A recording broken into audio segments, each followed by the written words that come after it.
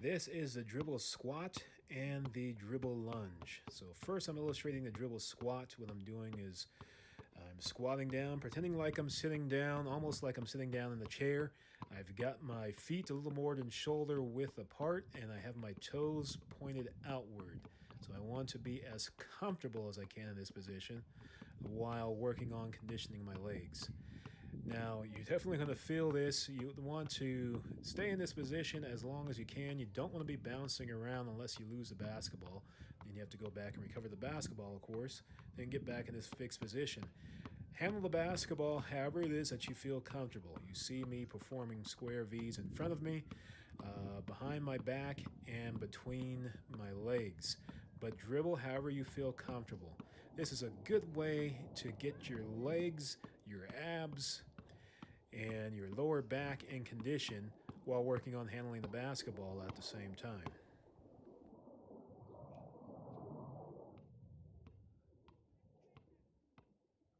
Now we move on to the dribble lunge. I start with my right leg forward, my left leg back. You see my right leg is almost perpendicular to the ground. It's almost straight up and down. There's a little bit of an angle. And then my back leg, I've got the foot flat at the moment. Now, if that's not comfortable to you, then you'll want to have your heel raised, and you'll be on your toes on your with your back foot there. You want to be comfortable in this position because we are focusing on dribbling the basketball while at the same time holding the position for as long as you can before it starts to get too tiring for you. This is a great conditioning drill once again, while at the same time working on coordination with handling the basketball. As far as handling the basketball, you can dribble straight up and down with either left hand or right hand. You can perform a square V between the legs. You just want to make sure you hold the fixed position so you're not running all over the court. Of course, if you lose the basketball, just go ahead and get it, get back in position, and keep working on it. Here's a variation of the lunge now. As you can see, I've got my torso leaning forward. I've got my front leg now almost straight. Have a little bit of bend in the knee if you're going to use this variation.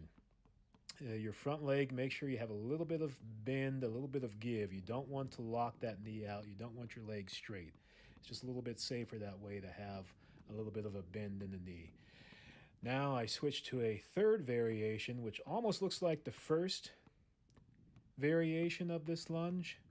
It's a little bit of a difference in that my torso is maybe a little bit forward more so. I'm leaning a little bit more forward while keeping my front leg almost straight up and down. So work on that once you've tired out that position with your one leg, whichever leg was in front, in this case my right leg. Then rest a little bit, switch over to the left leg, and repeat the same thing.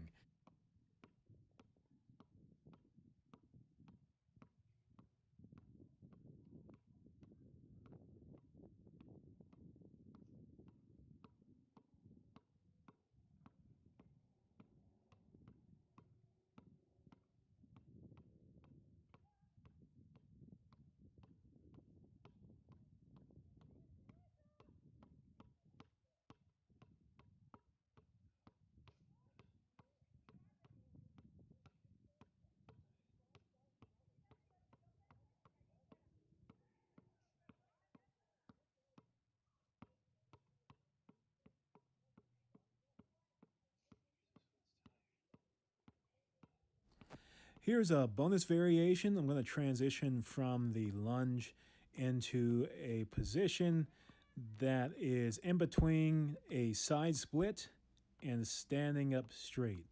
I'm going to have my toes pointed outward, and I'm just going to handle the basketball however I can handle the basketball. With my toes pointed outward, it does permit me to be able to perform a side lunge while handling the dribble. So you're going to see that coming up here in a moment. But handle the basketball however is comfortable to you. If you get the ball out towards the outside of either foot, then it'll allow you to perform a little bit of a lunge.